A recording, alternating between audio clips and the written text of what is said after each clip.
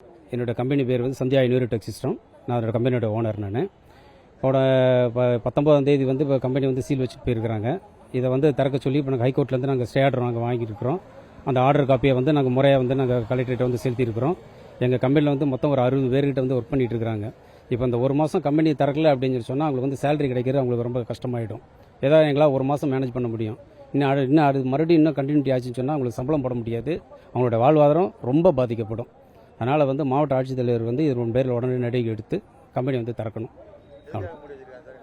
அதாவது வேடம்பட்டு கிராம மக்கள் வந்து பார்த்திங்கன்னா சுற்றுப்புற சூழல் பாதிக்குதுன்னு சொல்கிற மாதிரி அவங்க வந்து கொடுத்துருக்குறாங்க. சுற்றுப்புற சூழ்நிலையில் பாதிக்கிற மாதிரியான எந்த ஒரு ஆக்டிவிட்டியும் எங்கள் கம்பெனியில் கிடையாது. காரணம் வந்து எங்களை எரிக்கிறதுக்கோ புதைக்கிறதுக்கோ எதுக்கும் எங்களுக்கு பெர்மிஷன் கிடையாது. நாங்கள் அந்த மாதிரி இதை தப்பான நடவடிக்கைகள் நாங்கள் எதுவும் நாங்கள் செயல்படவும் இல்லை. முறையாக எல்லா பொருளையும் வந்து நாங்கள் அரைச்சி சிமெண்ட் கம்பெனிக்கு தான் அனுப்பிச்சிட்டு இருக்கிறோம். அதுக்குண்டான எல்லா ரெக்கார்டும் எங்ககிட்ட இருக்குது. இன்பேட் கம்பெனிலேருந்து வந்ததுக்கு உண்டான ரெக்கார்டும் எங்ககிட்ட இருக்குது. எடுத்து வருஷம் நாங்கள் எவ்வளோ எடுத்தோம், எவ்வளோ அரைச்சோம், எவ்வளோ சிமெண்ட் கம்பெனி கொடுத்தோம், எல்லாம் கொடுக்குற ரெக்கார்டு போய் பொலிஷன் ரெக்கார்டு நாங்கள் சப்மிட் பண்ணிட்டு வந்துட்டு தான் இருக்கிறோம். இதை 6 வருஷமாக நாங்கள் பண்ணிக்கிட்டு இருக்கிறோம். இது வரைக்கும் எந்த ரிமார்க்கும் எங்கள் பேரில் கிடையாது சார். இது வந்து ஃபுல்லாக வந்து பார்த்தீங்கன்னா நன்கொடை தான் சார் காரணம். அடிக்கடி இந்த லெட்டர் பேட் கட்சியில் இருக்கிறவங்க வந்து எல்லா கட்சிக்காரங்களும் வந்து எங்கிட்ட வந்து டொனேஷன் கேட்டு தொல்லை பண்ணுறாங்க. கொடுக்கலன்னு சொன்னால் நீ எப்படி கம்பெனி நடத்துகிற, நாங்கள் பார்த்துக்குறோம். இது வந்து போன எலெக்ஷனோட வந்து ஆரம்பிச்சது சார். இது அதனுடைய ரியாக்ஷன் தான். 6 வருஷம் இல்லாத மூச்சு திணறல், மயக்கம், வாந்தி, ட்ராமா எல்லாம் இதில் வந்தது தான். அதுக்கப்புறம் தான் சார் வந்து ஏன் இதுக்கு முன்னாடி வராண்ட மூச்சு திணறல் ஏன் இதுக்கு முன்னாடி வரல? எலெக்ஷன் டயத்துக்கு அப்புறம் வந்து ஏன் இதுக்கு வரணும்? இதுலேருந்தே தெரியல, எல்லாம் திட்டமிட்டு பிளான் பண்ணி செய்கிறாங்க அப்படின்றது தெரியலையா? அப்படி பார்த்தா ஊர் மக்களுக்கு எல்லாத்துக்கும் பிரச்சனை. என் கம்பெனியில் இருக்கிற மனுஷங்க தானே, அவங்களும் வேலை பார்க்குறாங்களே, அவங்களுக்கு மட்டும் எந்த பிரச்சனை வரலையே? எப்படி என்ன இப்படி இதை இப்படி டைரக்ஷன் பார்த்து இது போகுமா? அது நியாயம்னு ஒன்று இருக்குல்ல. பெரிய கட்சி சின்ன கட்சி எல்லா கட்சியும் வராங்க சார். பாகுபாடு எல்லாம் வராங்க.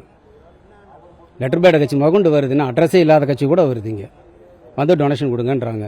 எங்களால் முடிஞ்சால் சின்ன தொகையை நாங்கள் கொடுத்து அனுப்புகிறோம். அப்படியே இந்த திருப்தி அடையாமல் நினச்சா எங்களுக்கு பெரிய அமௌண்ட் வேணும். எங்களுக்கு 50,000 கொடுக்கணும், 1 லட்சம் கொடுக்கணும்னு கேட்குறாங்க. இதே எங்களால் வந்து சாத்தியம் கிடையாது. எங்களால் கொடுக்க முடியாது. கொடுக்கலன்னு சொல்லி சொன்னதுக்கு தான் இந்த மாதிரி எங்களுக்கு ஒரு அவதூறான குற்றச்சாட்டை வச்சுக்கிட்டு தூண்டி கிளப்பி விட்டு பிரச்சனை பண்றாங்க.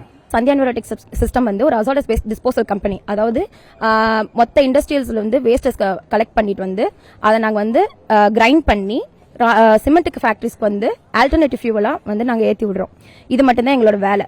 அது அவங்க வந்து இப்போ வேணப்பட்ட மக்கள் வந்து என்ன குற்றச்சாட்டு வச்சிருக்காங்கன்னா, இந்த மாதிரி நாங்கள் வந்து குப்பைகளை வந்து எரிக்கிறோம், நிலத்தடியில் வந்து புதைக்கிறோம் அப்படிங்கிற மாதிரி சொல்லியிருக்காங்க. அதாவது ஆல்டர்னேட்டிவ் ஃபியூல் வந்து ஒரு எரிபொருள். அதை வந்து நாங்கள் வந்து எரிச்சோம்னா மொத்த ஊருமே பார்க்கக்கூடிய அளவுக்கு ஜகஜோதியா தான் எரியும். அப்படி இருக்கும்போது ஒரு சாட்சி கூட இல்லாம அவங்க எந்த ப்ரூஃப் காட்டி எங்க வந்து ஒரு ஜஸ்ட் ஒரு பெட்டி இது வீடியோல மட்டும் கொடுத்து எங்க கம்பெனி 1 மாசம் வந்து க்ளோஸ் பண்ணி வச்சிருக்காங்க. எந்த ஆதாரத்துல வந்து அவங்க எங்க கம்பெனியை க்ளோஸ் பண்ணாங்க? அவங்களுக்கு என்ன ஆதாரம் இருக்கு? அந்த ஆதாரத்தை காட்ட சொல்லுங்க. இதுவும் இல்லாம அதாவது நச்சு காற்றுனால அவங்க உயிர் போராட அளவுக்கு இருக்காங்க. புற்றுநோய் வந்துருச்சு, மூச்சுத்திணறல் வந்துருச்சு அப்படிங்கிற மாதிரி சொல்றாங்க. மூச்சுத்திணறல் வந்துச்சுன்னா இத்தனை வருஷமா அவங்க உள்ள ஒர்க் பண்ணிருக்காங்க. எங்க ஸ்டாஃப் இன்னும் 6 வருஷமா ஒர்க் பண்ணிட்டு இருக்காங்க. அவங்களுக்கே ஒன்னாகல. நாங்க எதுக்கும் வருஷம் வந்து மெடிக்கல் டெஸ்ட் எடுக்கிறோம். அவங்களுக்கே ஒன்னாகல. உள்ள அந்த குப்பையை தொட்டு அதுலயே உட்காந்து சுவாசிச்சு தொழில் பண்ற அவங்களுக்கு ஒன்னாகல. 3 கிலோமீட்டர் தூரம் பின்னாடி தள்ளி இருக்க அவங்களுக்கு எப்படி எஃபெக்ட் ஆச்சு? அவங்க நிலத்தடி வந்து மாசுபடல அப்படின்னு சொல்லி நாங்க வாட்டர் டெஸ்ட் வந்து ரிப்போர்ட் கொடுத்து நாங்க ஸ்டே ஆர்டர் வாங்கிட்டோம். இப்போ வந்து எங்களுக்கு இன்னும் கம்பெனி வந்து திறக்கல. ஏன்னா அவங்க இன்னும் பிரச்சனை பண்ணிட்டே இருக்காங்க. சீல் வச்ச கம்பெனில நாங்க வந்து தொழில் பண்றோம், நைட் ஒர்க் பண்றோம் அப்படின்னு சொல்றாங்க. கரண்ட் சப்ளை இல்லாம நாங்க வந்து வேலை பார்க்க முடியும்? அவங்க உள்ள வந்து எங்க கம்பெனி பூட்டின கம்பெனில பின்னாடி கேட் வழியா வந்து குதிச்சு எங்க கம்பெனி ஸ்கிராப் எல்லாம் திருடி இருக்காங்க. அதுக்காக நாங்க வந்து காவலுக்கு போட்டிருந்த எங்க பசங்களை 50 பேரை திரண்டு வந்து அடிக்க வந்திருக்காங்க.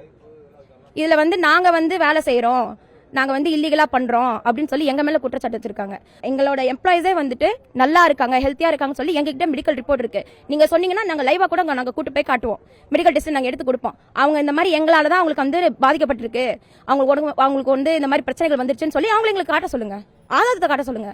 அவங்க ஆதாரத்தை காட்டட்டும், நாங்க வந்து நாங்களே கம்பெனி மூடிடுறோம். நாங்க வந்து அசாடஸ் வேஸ்ட் மேனேஜ்மெண்ட்ல 6 வருஷமா இந்த ஃபீல்டில் இருக்கோம். 6 வருஷமா இந்த ஃபீல்டில் இருக்கிறோம்.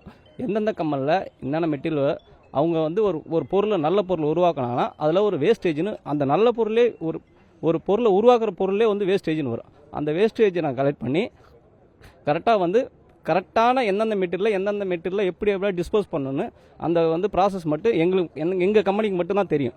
மற்ற கம்பெனி வந்து இதுமாரி இல்லீகலாக வந்து வெளியில் போய் கொட்டி கொளுத்தக்கூடாதுன்னு அந்தமாரி கவர்மெண்ட்லேயே வந்து ஒன்லி லைசன்ஸ் ஹோல்டர் மட்டும்தான் மெட்டீரியல் கொடுக்குது.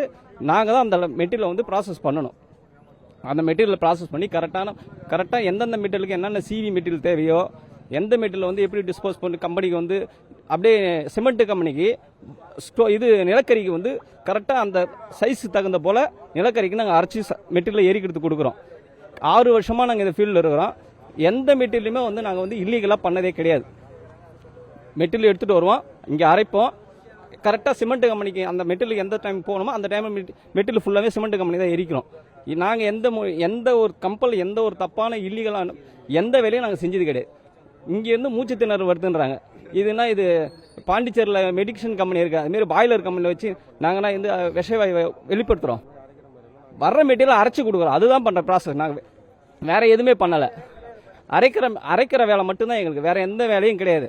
வர்ற மெட்டீரியல் நாங்கள் அரைச்சி கொடுக்குறோம். அதே போல் வந்து பூட்டின கம்பெனியில் வந்து எரிக்கிறோம், பொதிக்கிறோம், அப்படி இப்படின்னு சொல்கிறாங்க. ஒரு சீல் வச்ச கம்பெனி உள்ள எப்படி ஒரு ஸ்டாஃப் நாங்கள் போக முடியும்? ஒரு கவர்மெண்ட் கலெக்டர் வந்து சீல் வச்சுட்டு போயிருக்காரு, அந்த கம்பெனி உள்ள நாங்கள் எப்படி போக முடியும்? ஒரு ஸ்டாப்பு நாங்கள் 6 வருஷமாக வந்து கரெக்டான லைசன்ஸ் வாங்கி வச்சு நாங்கள் கம்பெனி நடத்துகிறோம். நாங்கள் எப்படி உள்ளே போயிட்டு நாங்களே எப்படி இல்லீகலாக இந்த தப்பை செய்யணும்? எங்களுக்கு செய்ய வேண்டிய அவசியமே கிடையாது. நாங்கள் போய் அதை போய் சாத்தி 4 பக்கம் சீல் வச்சிருக்க கம்பெனியில் போயிட்டு நாங்கள் எப்படி வந்து மெட்டீரியல் அரைச்சி நாங்கள் என்ன பண்ண போகிறோம்? கொளுத்தி என்ன பண்ண போகிறோம்? கம்பெனியே சாத்திட்டு இருக்கு, நாங்கள் போய் அங்கே எப்படி ஒர்க் பண்ண முடியும்?